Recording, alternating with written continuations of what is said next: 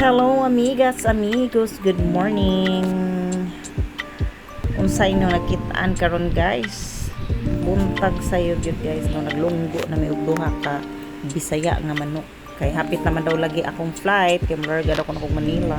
So mani di gyud ni mawa ang mga pasalubong guys no, mga request.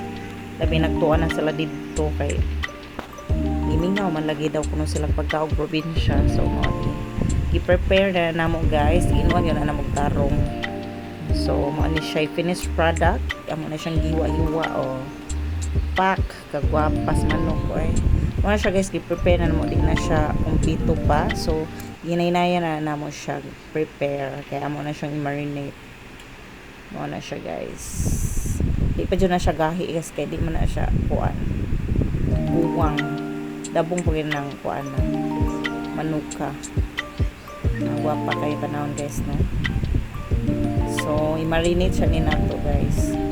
Mani siya morning, gi-marinate ni na mo, gi-prepare na mo sa morning. So kunya pa na namong gabi kuanon guys, lutoon.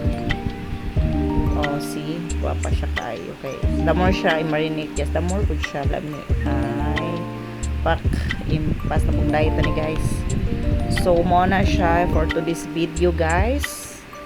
Abangan na to ang sunod na kong i-prepare na ko guys, kay like saging, daghan kayong request guys no, dahil naman ko ni pagkaon sa probinsya guys. So mo na siya adobo nga pinakaging matud pa sa akong igsuon. And thank you guys for watching, bye.